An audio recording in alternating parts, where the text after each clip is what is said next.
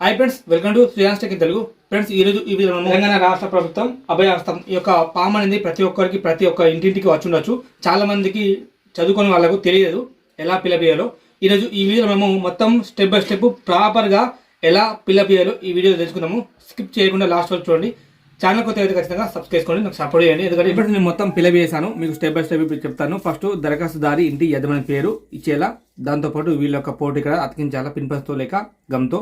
Next ఇక్కడ వాళ్ళు పురుషులు అయితే ఇక్కడ పురుషులను పెట్టండి, స్త్రీ అయితే ఇక్కడ స్త్రీ కాబట్టి మనకు రేషన్ కార్డు దాదాపు అందరి లేడీస్ పేరు పైన ఉంటుంది కాబట్టి స్త్రీ పైన టిక్ మార్క్ ఇచ్చేయండి. నెక్స్ట్ ఎస్సీ ఎస్టీ బీసీ ఎవరైతే వాళ్ళ కాస్ట్ ఇక్కడ టిక్ మార్క్ ఇచ్చేయండి. అండ్ దాంతోపాటు వీళ్ళ యొక్క పుట్టిన తేదీ, డేటు, మంత్, ఇయర్ ఇక్కడ ఇచ్చేసండి. నెక్స్ట్ వీళ్ళ ఒక ఆధార్ కార్డు నెంబరు ఇక్కడ మీరు రాయండి. నెక్స్ట్ ఇక్కడ వీళ్ళ ఒక రేషన్ కార్డు నెంబర్ ఉంటుంది కదా, మీరు వాళ్ళ రేషన్ కార్డు నెంబర్ అయితే ఇక్కడ రాయండి. నెక్స్ట్ వీళ్ళ ఒక మొబైల్ నెంబరు, లేడీస్ రేషన్ కార్డుకి ఏదైతే లింక్ ఉంటుందో ఆ ఒక మొబైల్ నెంబర్ ఇక్కడ ఇచ్చేయండి. ఇచ్చేసిన తర్వాత వాళ్ళ వృత్తి అగ్రికల్చరా లేబరా ఏదైతే అక్కడ మేము లేబర్ అని చెప్పి నీది లేబర్ కాబట్టి లేబర్ అయితే ఇచ్చేసాను. నెక్స్ట్ వీళ్ళ కుటుంబ సభ్యుల వివరాలు అని చెప్పింది కదా, ఫస్ట్ ఆఫ్ ఆల్ చూసుకోండి ఫ్రెండ్స్. ఇక్కడ మేము వీళ్ళ వివరాలు ఇక్కడ ఇచ్చేసాం కదా, ఇక్కడ ఇచ్చేసిన వివరాలు ఇందులో ఇవ్వాల్సిన అవసరం లేదు.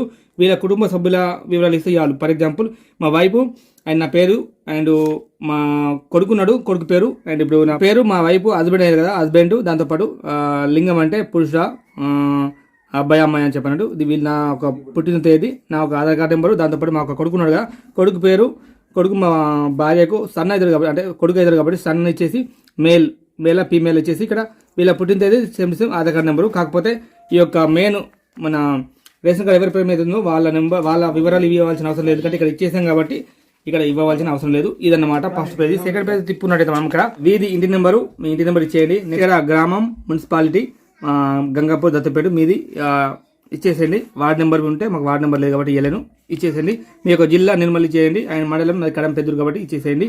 అండ్ నెక్స్ట్ ఇక్కడ ప్రతి నెల ఆర్థిక సాయం 2500 మీకు కావాలి కాబట్టి అవసరం కాబట్టి ఇక్కడ టిక్ మార్క్ ఇచ్చేయండి. నెక్స్ట్ 500 గ్యాస్, ఇక్కడ మహాలక్ష్మి పథకం ఉంది, ప్రతి నెల 2500 ఆర్థిక సాయం మనకు కావాలి కాబట్టి టిక్ మార్క్ ఇచ్చేయండి. నెక్స్ట్ అండ్ ఇక్కడ 500కు గ్యాస్ సిలిండర్ కావాలి కాబట్టి టిక్ మార్క్ ఇచ్చేయండి. గ్యాస్ కనెక్షన్ నెంబరు, మీ యొక్క గ్యాస్ ఇండియన్ అయితే ఇండియన్, భారత్ అయితే భారత్, ఒక కనెక్షన్ నెంబర్ ఉంటుంది చూసుకోండి. అది ఒక నెంబర్ ఇచ్చేసి దాంతోపాటుగా సరఫరా చేసిన కంపెనీ పేరు అమృత ఇండియనా లేక భారత ఉంటుంది కదా, ఇండియన్ గ్యాస్ అది ఇండియన్ లేక భారత్ అయితే భారత్ ఒక పేరు ఇచ్చేయండి. నెక్స్ట్ మీకు సంవత్సరానికి ఎన్ని గ్యాస్ సిలిండర్ వస్తున్నాయి కాలుస్తున్నారు, నాకు ఫర్ ఎగ్జాంపుల్ దాదాపు అంటే 4 నెలలకు ఒకటి మాకు గ్యాస్ అయిపోతుంది.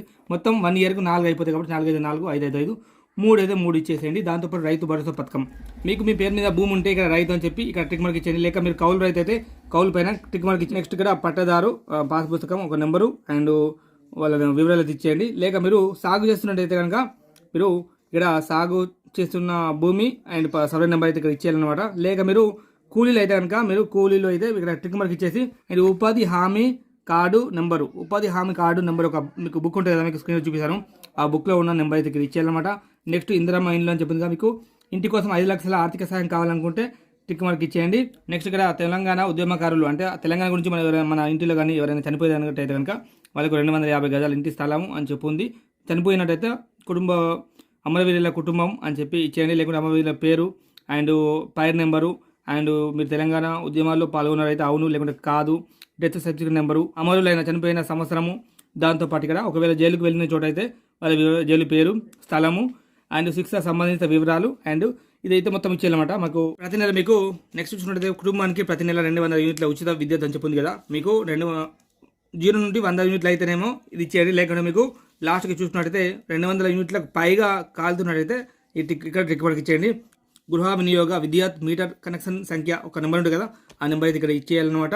దాంతోపాటు దివ్యాంగులు అయితే దివ్యాంగుల పైన టిక్ మార్క్ ఇచ్చేయండి. ఇక్కడ మీకు చాలా ఉన్నాయి, వృద్ధుప్యాని, గీత కార్మికులు అని చెప్పి మీరు ఇందులో మీరు బీడీ కార్మికులు అయితే ఎవరైతే ఉన్నారో వాళ్ళు టిక్ మార్క్ ఇచ్చేయాలన్నమాట. దాంతోపాటు ఇక్కడ మనకు అయిపోయింది ఇది. నెక్స్ట్ చూసుకున్నట్టయితే మనకు ఇక్కడ నెక్స్ట్ ఎవరైతే రేషన్ కార్డు ఉందో వాళ్ళ యొక్క సంతకం సైన్ కావాలా, దాంతోపాటు ఇక్కడ వాళ్ళ పేరు అండ్ పుట్టిన తేదీ డేట్ ఆఫ్ బర్త్ అయితే రాయాలా. అండ్ ఇక్కడ కింద ప్రజాపాలన దరఖాస్తు అని చెప్పింది కదా, ఇందులో మీరు ఏం చేయవలసిన అవసరం లేదు, అలాగే ఇచ్చేసేయండి. దాంతోపాటు ఇక్కడ దాంతోపాటు మీ కుటుంబ సభ్యుల అందరి ఆధార్ కార్డులు అయితే ఇవ్వాలా, మా వైఫ్ది అండ్ మా సన్నుది అండ్ నాది అయితే 3 ఆధార్ కార్డు జిరాక్స్లు అయితే ఇవ్వాలా. దాంతోపాటు రేషన్ కార్డు జిరాక్స్ కూడా ఒకటి ఇవ్వాలా.